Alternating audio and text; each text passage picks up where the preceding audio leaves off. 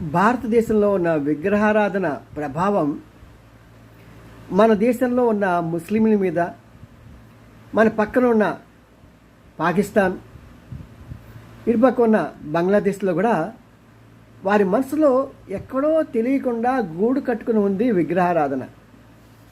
అందుకోసమే వారు మత తీర్థయాత్రకు వెళ్ళినప్పుడు, మదీనా వెళ్ళినప్పుడు అక్కడ ప్రాఫెట్ మహమ్మద్ సమాధి వద్దకు వెళ్ళి వీళ్ళు మొక్కుతారు.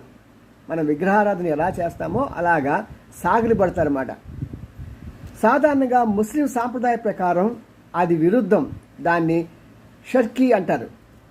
అంటే అది అనాచారము, అనంగీకారము అని అర్థం. మరి మన దేశస్తులు అలా చేసినా సరే అక్కడ ఆ దేశస్తులు ఎందుకు ఊరుకుంటారంటే తీర్థయాత్రల ద్వారా వచ్చే ఆదాయం ఎక్కువ కాబట్టి చూసి చూడనట్లు ఊరుకుంటున్నారు. మరి గ్రహించాలి మన ముస్లిమ్స్ కూడా.